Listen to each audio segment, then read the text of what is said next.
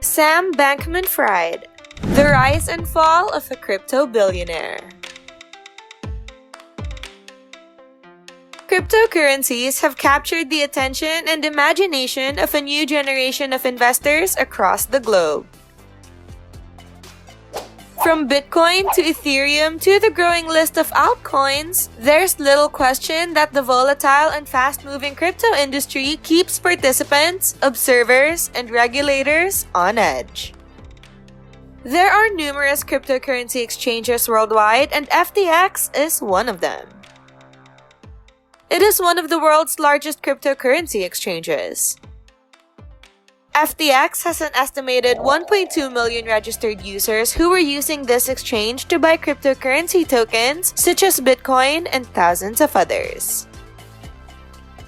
However, as this crypto giant collapses into bankruptcy, many large traders to everyday crypto fans are left wondering if they will ever be able to retrieve their savings that are locked up in FTX's digital wallets. Is a few things happen. Samuel Benjamin Bankman-Fried, also known by his initials SBF, is an American entrepreneur, investor, and former billionaire.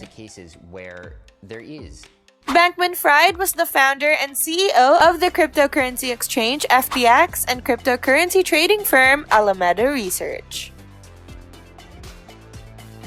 Bankman-Fried was born into a Jewish family in 1992 on the campus of Stanford University. He is the son of Barbara Fried and Joseph Bankman, who were both professors at Stanford Law School. Moreover, his aunt, Linda P. Fried, is the dean of Columbia University Mailman School of Public Health. His brother, Gabriel Bankman-Fried, is a former Wall Street trader and the former director of the nonprofit Guarding Against Pandemics and its associated Political Action Committee. SBF went to Massachusetts Institute of Technology, or MIT, which is a prestigious U.S. research university where he studied physics and math. However, the young and bright undergraduate assessed that the lessons he learned in the student dorms were what set him on the route to success. In a BBC radio interview, he recalled being swept up in the effective altruism movement. He defined effective altruism as a, quote, community of people trying to figure out what practical things you can do with your life to have as much positive impact as you can on the world, end quote. As Bankman-Fried recalls, he decided to get into banking to make as much money as he could in order to give it back to good causes. So he spent a brief period of time learning how to trade stocks at a trading firm on Jane Street in New York before getting bored and deciding to try out Bitcoin. While experimenting, he noticed that there were differences in the value of Bitcoin across several cryptocurrency exchanges and began arbitraging, which is the practice of purchasing Bitcoin from locations where it was being sold cheaply and selling it to locations where it was trading for more. After a month of making modest profits, he, along with several undergraduate students, got together and launched a trading company called Alameda Research. And about 3 months later, he and his small team hit the jackpot. However, SBF claims that the process wasn't as simple as it required months of practice to perfect methods for moving money into and out of banks and across borders. Quote, "We were super dodged," he said on the Jax Jones and the Martin Warner Show podcast a year ago. "We just kept going. If someone throws another roadblock, we would be creative. And if our system couldn't handle that, we will just build a new system to get us through that hoop." End quote. By January 2018, his team began making $1 million every day. And thanks to his secondary and high-profile business FTX, Sam Bankman-Fried became an official billionaire in 2021. With $10 to $15 billion in trades every day, the cryptocurrency exchange expanded to become the second largest in the world and a titan of the industry. While doing so, Bankman-Fried appeared to take great pleasure in sharing his personal life with his Twitter followers. With an image of him resting next to his colleagues at their trading terminals, he claimed that he primarily sleeps on a beanbag next to his desk in the office. In another, he posted in the early hours of the morning, posting, quote, "couldn't sleep, back to the office," as caption. With an NBA arena bearing its name and getting sponsorships from well-known figures like the NFL's Tom Brady, FTX became incredibly well-known and was worth $32 billion by the beginning of 2022. Bankman-Fried's dream of giving away vast amounts of money to charity was also well underway. In a BBC radio interview last month, he claimed he had given away a few hundred millions as of now.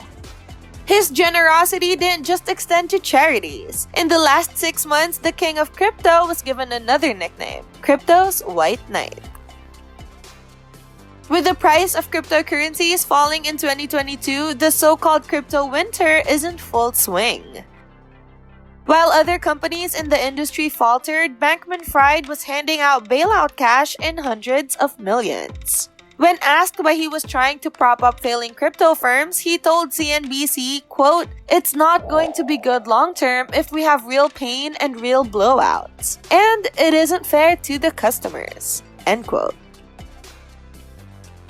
In the same interview, he also claimed to have $2 billion in reserve that he could use to help failing crypto companies. But as he was in the same industry himself, he also had to try and raise money in order to save his own company and its customers. Shortly after, questions about FTX's real financial stability started to surface, after an article on the CoinDesk website claimed that much of Bankman-Fried's trading giant, Alameda Research, rests on a foundation largely made up of a coin that a sister company of FTX invented, and not an independent asset itself. To make matters worse, the Wall Street Journal published additional allegations that Alameda Research utilized FTX's customers' money as loans for trading. However, a few days later, when Binance, FTX's biggest rival, publicly sold off all of its crypto tokens connected to FTX, the beginning of the end came. Changpeng Zhao, the CEO of Binance, announced to his 7.5 million followers that his business would be liquidating its shares in light of recent revelations. He and Mr. Bankman-Fried spat insults on Twitter, which resulted in panicked clients withdrawing billions of dollars from the cryptocurrency exchange, starting a run on FTX. Withdrawals were halted and Bankman-Fried tried to get a bailout with Binance, at one stage publicly considering a buyout before walking away. According to Binance, the decision was influenced by reports of, quote, mishandled customer funds and alleged U.S. agency investigations, end quote. A day later, FTX was declared bankrupt. Bankman-Fried apologized in a series of tweets saying, quote, "I'm really sorry again that we ended up here. Hopefully things can find a way to recover. Hopefully, this can bring some amount of transparency, trust, and governance to them," end quote. He also said he was shocked to see things unravel the way they did, and yet he remained optimistic. On Monday, December 12 of 2022, officers of the Bahamas Financial Crimes Investigation Unit arrested Sam Bankman-Fried at his apartment complex in Nassau at the request of the U.S. government based on a sealed indictment filed by the Southern District of New York.